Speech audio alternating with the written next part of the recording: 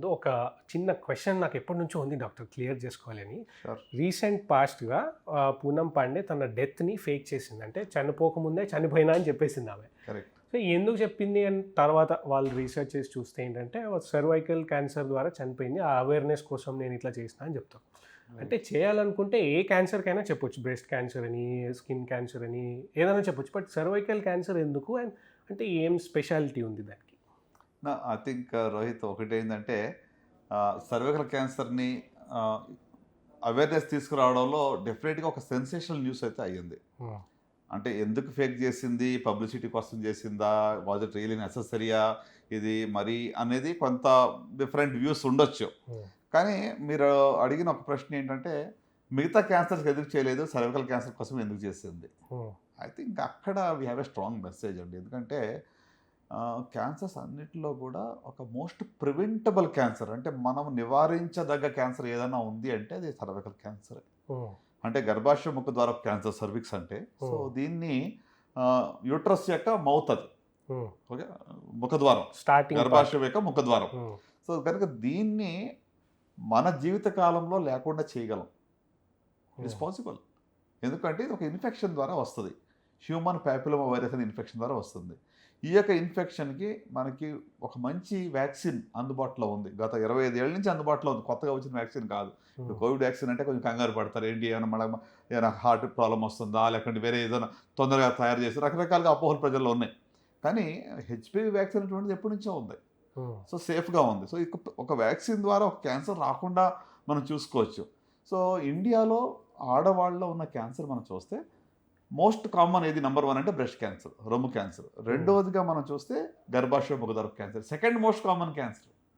మరి దీన్ని నివారించడానికి మనకు మార్గం ఉంది, చేయలేకపోతున్నాం.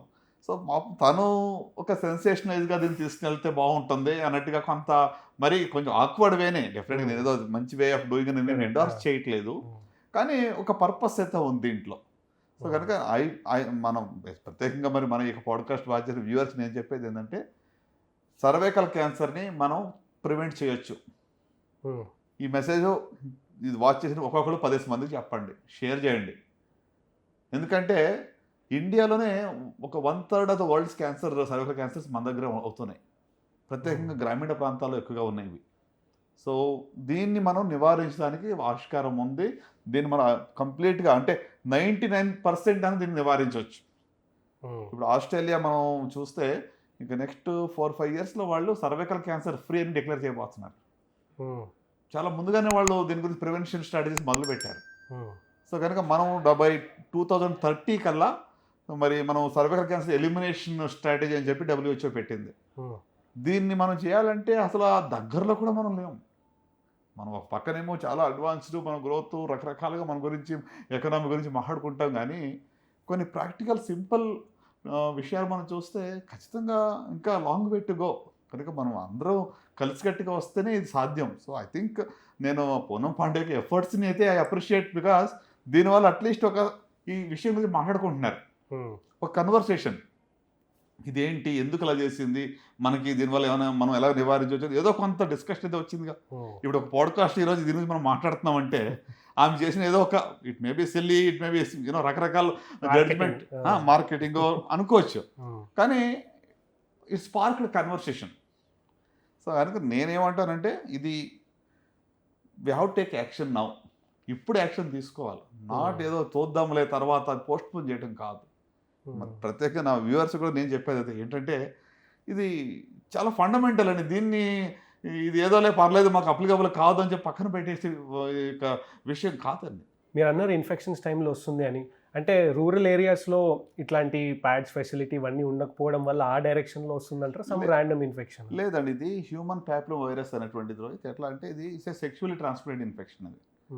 సో ఇది యూజువల్గా ఏంటంటే పెళ్ళైన తర్వాత మరి ఈ ఇన్ఫెక్షన్ అనేది ఆడవాళ్ళలో 80%లో ఈ యొక్క ఇన్ఫెక్షన్ కనబడుతూ ఉంటుంది.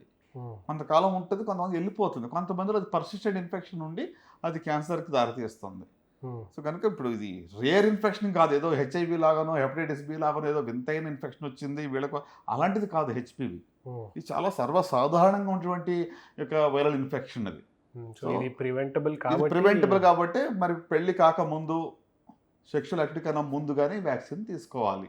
11 to 12 ఇయర్స్కి ఈ వ్యాక్సిన్ ఇవ్వాలని చెప్తూ ఉంటాం. అట్లీస్ట్ 2 డోసెస్, కొన్నిసార్లు 3 డోసెస్ కూడా చెప్తాము ఏజ్ని బట్టి. ఈ WHO ప్రకారం అయితే 1 డోస్ తీసుకున్నా కూడా it will help it will go long way in preventing cervical cancer అనమాట.